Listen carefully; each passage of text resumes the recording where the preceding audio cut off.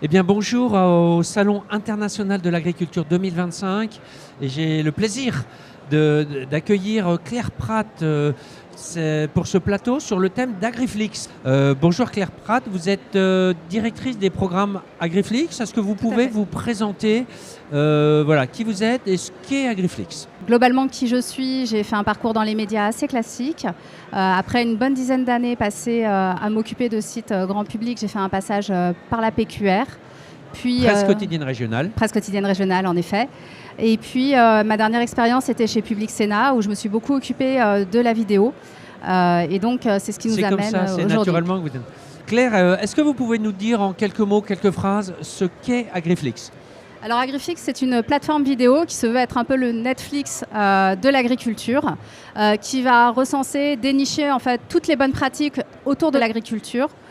Aujourd'hui, on voit que les problématiques qu'ont les agriculteurs sont multiples, sont climatiques, sociétales, environnementales.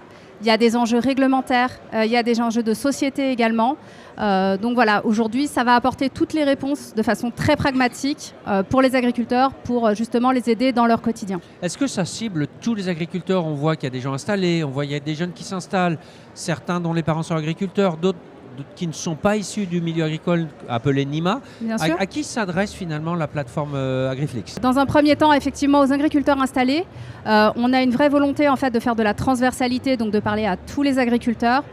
On a aussi également la volonté de parler à ceux qui veulent devenir agriculteurs, à la fois les jeunes et aussi les personnes en reconversion qui s'intéressent justement au métier de l'agriculture.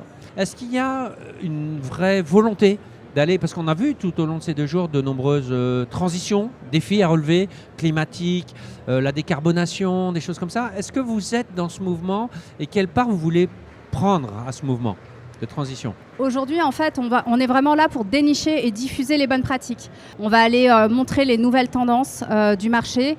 On va montrer aussi tous les points d'expertise autour de la production d'énergie, autour justement des enjeux sociétaux, climatiques, environnementaux. On va donner des guides pratiques. On a 8 rubriques. Donc ça va nous permettre de traiter à la fois comment je m'installe, je deviens agriculteur, sur les métiers de l'agriculture. On va également parler effectivement de comment vendre, comment transformer. C'est vraiment, en fait, on va aborder tous les sujets, toutes les thématiques liées à l'agriculture. En fait, vous gardez le cœur de votre métier, la transmission, le partage de contenu, d'informations professionnelles, de qualité, oui. Au service de ces transitions. C'est un peu ça qu'on Tout à fait. D'accord.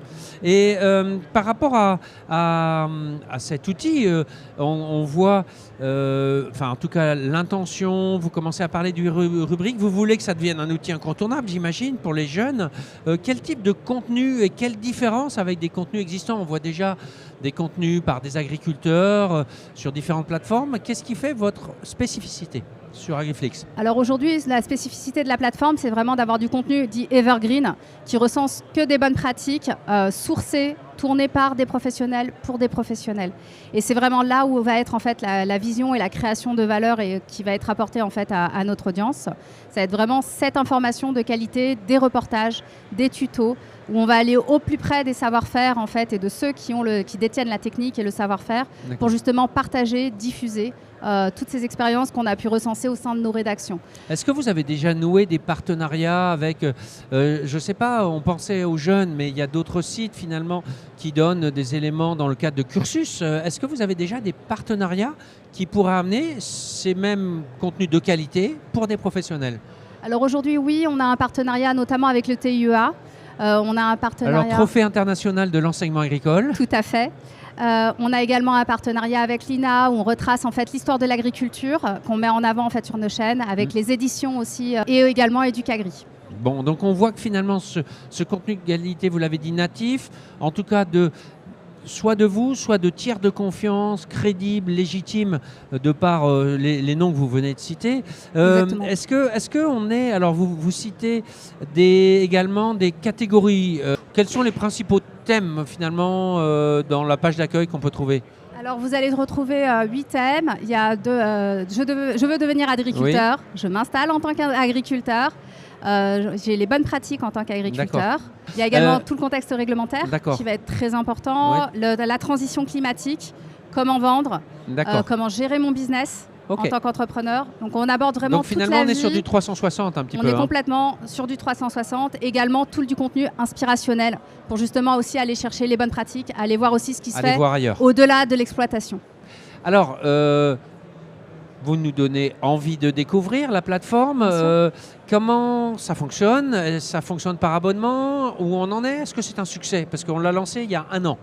Alors ça a été lancé il y a 1 an effectivement. Aujourd'hui on a un succès puisqu'on a quand même 80 000 abonnés à la plateforme, ce qui est une belle réussite. Nous avons principalement des abonnés de la France agricole. Et puis donc C'est une offre combinée, quoi, au couplet. Exactement. D'accord. On propose en fait à tous nos abonnés France agricole l'accès à la plateforme Agriflix.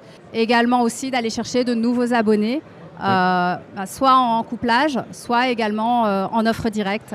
Alors, vous nous parliez de la cible des jeunes. Hein. On a vu qu'il y a un vrai défi. On en a évoqué certains, mais il y a un défi générationnel, puisque d'après les prévisions, les projections qui sont faites, il y aura quasiment une exploitation agricole sur 2 qui va changer de main.